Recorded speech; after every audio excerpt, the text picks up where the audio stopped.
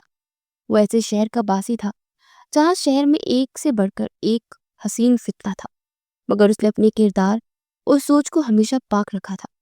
وہ بے حد مضبوط اعصاب کا مالک، خوبرو جوان، اس چھوٹی سی لڑکی کے آگے بے بس تھا۔ اس نازک پری وش کو اپنا بنانے کو دل تڑپ رہا تھا، پر وہ خود پر جبر کیے بیٹھا تھا۔ سونے پر سہاگا نشا کا آپ کہنا، مجھے کچھ نہیں ہوا، بس محبت کا بخار چڑھ گیا۔ کو تو بتاؤں کیسے ہوا؟ بس تمہارے حواس قائم رہنے چاہیے۔